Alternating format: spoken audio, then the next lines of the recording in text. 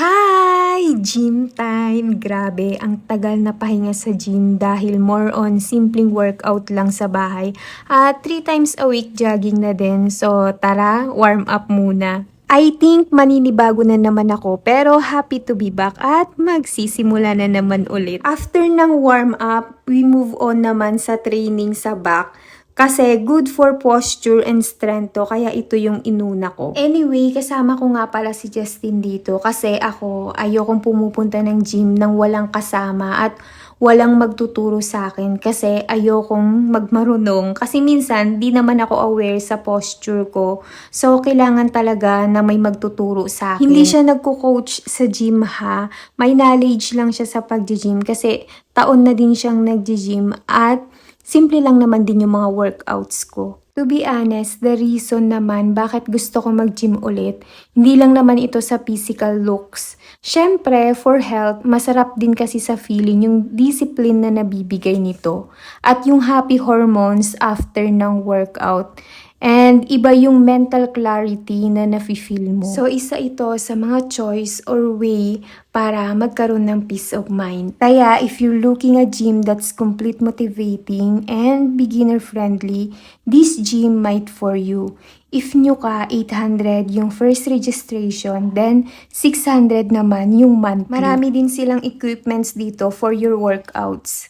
Kaya kung ang goal mo ay weight loss or muscle gain, toning, or gusto mo lang maging active, I think nandito na yung need mo. Yung pag-exercise, pagja-jogging at pagja-gym is napakalaking investment nun para sa sarili natin, lalo na kapag nai-stress tayo. Patapos na din ako mag-workout nito at magte-treadmill na lang sana ako sa baba. Yun nga lang, ang dami palang gumagamit, kaya uwi na lang kami. But wait, hindi pala uuwi. Nadaanan namin yung karinderya dito sa may Pag-asa at ang daming pagkain. Tapos, ang sasarap nilang tingnan. Kaya, yun lang. Sorry. Pagkatapos ng gym, kakain tayo ngayon. After naman namin mag-take out ng ulam doon, naku ano ba yan, nadaanan namin yung puto, tapos binuksan pa ni kuya yung puto, tapos parang nakakatakam. In fairness, hindi ako nagsisi na bumili ako dito kahit katatapos ko mag-workout.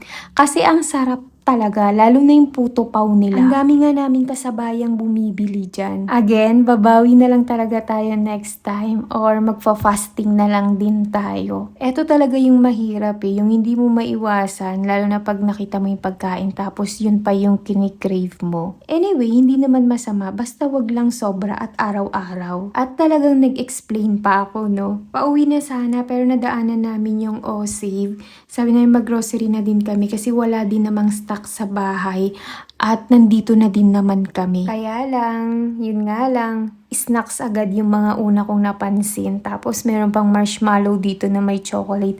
Pero hindi yan yung kinuha ko. Gusto ko lang naman siyang itry at yung mango yung kinuha ko. Kasi bibili talaga kami ng mga peanuts dito dahil mura nga siya. Nailalagay siya sa banana oatmeal na bread. Tapos bumili na din kami ng bigas at egg. Ang mura pala dito sa O-Save. Kaya kung medyo tight yung budget mo, maganda dito mag-grocery sa O-Save. May mga frozen din sila. And reminder lang, wala nga pala sila mga plastic bags dito. Kaya bring your own bags na pwede mo paglagyan ng mga grocery mo. Or unless bitbitin mo sila ng ganon. Charot. Yun lang. Bye!